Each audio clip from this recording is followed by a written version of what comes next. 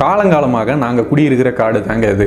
எங்களோட முன்னோர் வாழ்ந்த காலத்திலிருந்து எங்களுக்கும் யானைக்கு இடையில் எந்தவித மோதல்களும் உயிர் பலிகளும் இருந்ததே கிடையாது. ஆனால் கடந்த வாரத்தில் என் அண்ணனோட பையன் தேவராஜ் அப்படிங்கிற ஒருத்தர் வீட்டை விட்டு வெளில போனதுனால யானை அடித்து அங்கேயே இறந்து போயிருக்காரு.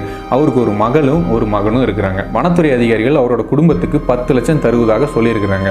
பட் என்னதான் காசு கொடுத்தாலும் அந்த போன இழப்புக்கு அவங்களால ஈடு செய்ய முடியுமா அப்படின்னு அந்த அட்டிக்கல் கிராமத்தை சேர்ந்த ராஜேந்திரன் அப்படிங்கிற ஒருத்தர் கேள்வியை முன்னெழுப்புறாரு. அது மட்டும் இல்லாமல் யானைக்கும் மனுஷனுக்கும் நடக்கிற இந்த மோதல் இந்தியாவில் எந்த இடத்துல ரொம்ப அதிகமாக இருக்குது அப்படின்னு பண்ண ரிசர்ச்சில் தமிழ்நாடு மாநிலத்தில் இருக்கிற கோவை மாவட்டம் தான் முதல் இடத்துல இருக்குதுங்க.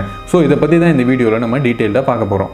கோவை மாவட்ட அட்டிக்கல் அப்படிங்கிற ஒரு கிராமத்தை சேர்ந்த ராஜேந்திரன் அப்படிங்கிற ஒருத்தர் இந்த சம்பவம் இங்கே ஃபர்ஸ்ட் டைம் நடக்கிறது கிடையாது. 2 மாதத்துக்கு முன்னாடியே ரங்கசாமி அப்படிங்கிற ஒருத்தர் யானையால் அடித்து கொல்லப்பட்டார். அது மட்டும் இல்லாமல் கொஞ்சம் வருஷத்துக்கு முன்னாடி நிறைய பேர் எங்களோட கிராமத்திலிருந்து இறந்து போயிருக்காங்க அப்படின்னு சொல்கிறாரு. இது சம்பந்தமாக தமிழக வனத்துறை கிட்ட கேட்டபோது அவங்க என்ன சொல்கிறாங்கன்னா, கடந்த 2011லேருந்து 2022 கிட்டத்தட்ட இந்த 12 வருஷமாக கோவை வனக்கோட்டத்திற்கு உட்பட்ட 85 கிராமங்களில் யானை தாக்கி மட்டுமே 147 பேர் இறந்து போயிருக்காங்க.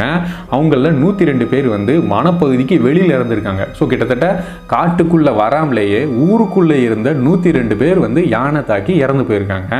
அது மட்டும் இல்லாமல் 176 யானைகள் இறந்துருக்கு. அவற்றில் 109 யானைகள் மனித நடவடிக்கைகள் மூலமாக இறந்திருக்கு. மத்திய அரசு இதை பற்றி என்ன சொல்கிறாங்கன்னா, இந்தியாவில் மட்டும் கிட்டத்தட்ட 29,000 ஆசிய யானைகள் இருக்குது. இதில் 10% கிட்டத்தட்ட 2,960 யானைகள் தமிழ்நாட்டில் மட்டுமே இருக்குது. நம்மளோட நாடு முழுவதும் 2010லேருந்து 2020 இந்த 11 வருஷத்தில் இயற்கையான முறையிலேயே 1,160 யானைகள் இறந்து போயிருக்கு. இதில் 64% யானைகள் மின்சாரம் தாக்கி இறந்து போயிருக்கு, ட்ரெயின் ஆக்சிடென்ட்ல இறந்து போயிருக்கு, வேட்டையாடுதல் மூலமாக இறந்து போயிருக்கு, விஷம் வைக்கிறது மூலமாக இறந்து போயிருக்கு அப்படின்னு சொல்கிறாங்க.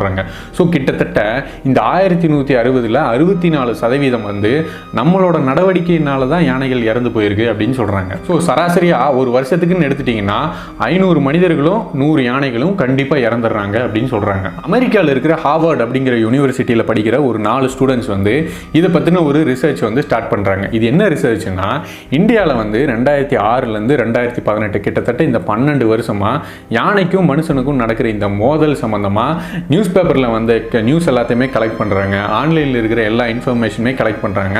ஸோ கிட்டத்தட்ட 7,58,000 இன்ஃபர்மேஷன் அவங்களுக்கு கிடைக்குது. ஸோ இது மூலமாக 2021 ஜூலையில் அவங்க ரிசல்ட்ஸை கொடுக்குறாங்க. அந்த ரிசல்ட்ஸில் என்ன சொல்கிறாங்கன்னா, இந்த மனுஷனுக்கும் யானைக்கும் நடக்கிற மோதல் இந்தியாவிலேயே அதிகமாக தமிழ்நாடு மாநிலத்தில் இருக்கிற கோயம்புத்தூர் மாவட்டத்தில் தான் அதிகமாக இருக்குது. இதுக்கப்புறம் தான் கர்நாடகா, அஸ்ஸாம், மேற்கு வங்கம் இந்த போன்ற மாநிலங்கள்லாம் இருக்குது அப்படின்னு சொல்கிறாங்க. யானையோட வழித்தடம் குறித்தெல்லாம் ஆய்வு பண்ணுவாங்க இல்லையா, அப்படி ஆய்வு பண்ணுற மோகன் அப்படிங்கிற ஒருத்தர் கோவை மாவட்டத்தோட வனக்கோட்டம் மேற்கு தொடர்ச்சி மலையை ஒட்டி ஒரு 300 கிலோமீட்டர் தூரத்தில் இருக்கிறதுனால தான் இது எல்லாமே ரொம்ப பிரதானமாக நடக்குது அப்படின்னு சொல்றாரு. உயிரியல் துறை தலைவர் ராமகிருஷ்ணன் அப்படிங்கிற ஒருத்தர் கோவையில் மலையும் மனிதர்களும் வாழும் பகுதி ரொம்ப அருகருகே இருக்கிறதுனால தான் இது போன்ற சம்பவங்கள் ரொம்ப அதிகமாக நடக்குது அப்படின்னு அவர் சொல்றாரு. இதுக்கு முக்கிய காரணமே அபரிவிதமான வளர்ச்சி தான் அப்படின்னு சில வல்லுநர்கள்லாம் சொல்றாங்க. ஏன்னா முன்னாடி காலத்தில் யானைகள் போயிட்டு இருக்கிற இந்த வழித்தடம் வெறும் மேய்ச்சல் நிலமாக தான் இருந்தது. பட் இப்போ அங்கே கிணறு அமைச்சு இந்த கரும்பு, வாழை இது போன்ற விவசாயங்கள்லாம் பண்ண ஸ்டார்ட் பண்ணிட்டாங்க. ஸோ விளைச்சல் நிலமாக இது கொஞ்சம் கொஞ்சமாக மாறிட்டு இருக்கு. அது மட்டும் இல்லாமல் 2000க்கு அப்புறம் இந்த கட்டுமானங்கள் அதிகமாக வந்துருச்சு, கன்ஸ்ட்ரக்ஷன் நீங்கள் ஸ்டார்ட் பண்ணிட்டாங்க, கல்வி நிறுவனங்கள்லாம் ரொம்ப அதிகமாக வந்துருச்சு. ஸோ இப்படியெல்லாம் தொடர்ந்து வளர்ச்சி அடைகிறதுனால யானையோட வழித்தடம் சுத்தமாகவே சுருங்குது அப்படின்னு சொல்கிறாங்க. சில இடங்கள்லாம் பார்த்தீங்கன்னா சுருங்குறதே கிடையாது, யானையோட வழித்தடமே சுத்தமாகவே மறைஞ்சு போய் ஊருக்குள்ளே அதனால தான் ஊடுருவி வரவும் ஸ்டார்ட் பண்ணுது அப்படின்னு சொல்றாங்க. முரளிதரன் அப்படிங்கிற ஒருத்தர் யானையோட வழித்தடங்கள்லாம் கரெக்டாக கண்டுபிடிச்சு நீங்க அங்க இருக்கிற பகுதிகளை எல்லாம் சுத்தமாக அகற்றி அதை வனப்பகுதியாக மாற்றணும் அப்படின்னு உயர்நீதிமன்றத்தில் ஒரு கேஸ் போட்டிருக்காரு. அது சம்பந்தமா வனப்பகுதி அப்படின்னு அறிவிக்கப்பட்ட இடத்துல நாம கட்டியிருக்கிற கட்டுமானங்களா இருக்கட்டும், எஜுகேஷனல் இன்ஸ்டிடியூட்டா இருக்கட்டும், இதெல்லாம் இடிச்சு யானையோட வழித்தடம் அமைச்சு அதை வனப்பகுதி அப்படின்னு மாற்றணும் அப்படின்னு சொல்றாங்க. தமிழ்நாடு மட்டும் கிடையாது, இந்தியா முழுக்கமே யானையோட வழித்தடங்கள் எது எது அப்படின்னு கண்டுபிடிச்சு அந்த இடத்துல இருக்கிற நம்மளோட கட்டுமானங்களை எல்லாமே அகற்றிட்டு அதை வனப்பகுதியாக முழுக்க முழுக்க மாற்றணும் அப்படின்னு கோரிக்கை வைக்கிறாங்க. முன்னாடியெல்லாம் யானை இங்கிருந்து நேபாளம் வரைக்கும் போகிறக்கு உண்டான காடு வழி வந்து இருக்கும். பட் இப்போ அப்படி இருக்கிறது கிடையாது. இப்போ தமிழ்நாடு, கேரளா, கர்நாடகா இந்த 3 மாநிலத்திலேயே வந்து இந்த யானையோட வழித்தடம் வந்து சுருங்கிருச்சு.